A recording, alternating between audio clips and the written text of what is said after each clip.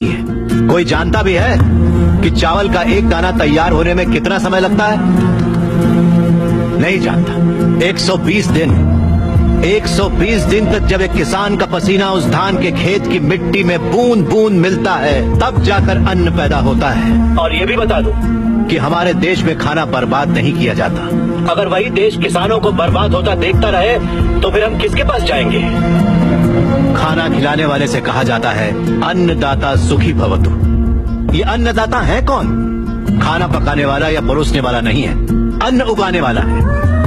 और ये खेती जैसा उपहार ईश्वर ने हमें दिया है। सेल फोन के बिना हम जिंदा रह सकते हैं, टीवी और एसी के बिना भी हम लोग जिंदा रह सकते हैं। जो टीवी और एसी बनाते हैं वो करोड़ोंपति है, लेकिन अन्न उगाने वाला वो गरीब किसान इतनी कड़ी मेहनत और धूप में पसीना बहाने के बाद दिन ब दिन गरीब होता जा रहा है। फैक्ट्रीज लगाना गलत नहीं है, बिल्कुल सही है, लेकिन खेतों को बर्बाद करके फैक्ट्रीज लगाना गलत है। इस देश में कितनी ही बंजर जमीनें हैं, कितनी ही पथरीले जमीनें हैं। क्यों? क्योंकि वहाँ पर पानी नहीं है, इसीलिए खेती करने में इतनी परेशानी उठानी पड़ती है। जरा सोचकर जवाब दीजिए कि किसान पानी लेने कहाँ जाएगा? इस देश में पिछले 10 साल में 1,71,105 से ज्यादा किसान आत्महत्या कर चुके हैं। उसमें से 25,000 से ज्यादा किसान तो इसी इलाके में रहते थे। हर आधे घंटे में एक किसान आत्महत्या कर रहा है, ये जानते हैं क्या आप? लेकिन सच्चाई यही है, जहाँ मौत इतनी सस्ती है वो देश कभी आगे नहीं बढ़ेगा सर। तकरीबन 10 लाख से ज्यादा किसान अपना पेट पालने के लिए गांव छोड़कर शहर में मजदूरी करने आ जाता है। जो हमारे देश की रीढ़ की हड्डी है वो बिल्डिंगों में चौकीदारी करता है। जो किसान हमारा भगवान है, अन्नदाता कहलाता है, वही मंदिरों के सामने भीख मांगता फिर रहा है। वादों पर मत जाइए, जमीन पर आ जाइए। एक कॉर्पोरेट में काम करने वाला हजारों करोड़ का उधार लेकर विदेश भाग गया और वहाँ बैठकर विदेशी शराब पी रहा है। सिर्फ 5 या 10 हजार उधार लेने वाला किसान जहर पीकर अपनी जमीन पर जान दे रहा है।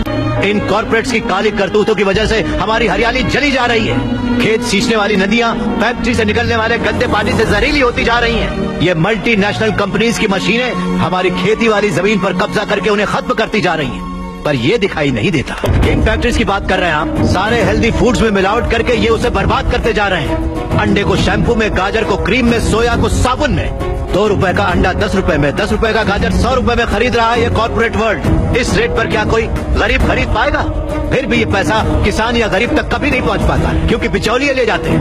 ये बिचौलिया धीरे धीरे और अमीर होता जाता है। अन्न पैदा करने वाला किसान गरीब से गरीब होता जाता है। पौष्टिक खाना न मिल पाने की वजह से गरीब बच्चे, गरीब बूढ़े बीमारी से मर रहे हैं सर। नौकरी कैसी भी हो हमारी बेहतरी के लिए होनी चाहिए, लेकिन हम उन फैक्ट्रियों के गुलाम बनकर अपनी जिंदगियां खराब कर रहे हैं। याद रखिए, खेती भी एक उद्योग है और किसान उद्योगी है, उसे अगर हमारे गांव की समस्याओं को आप लोगों ने नजरअंदाज किया तो एक न एक दिन हर गांव हमारे गांव जैसा ही बन जाएगा। समझ जाइए आप लोग।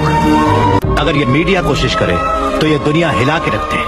वो ताकत है आप में। लोगों के दर्द को आपको बताने के लिए आपको परेशान किया, उसके लिए माफी चाहिए।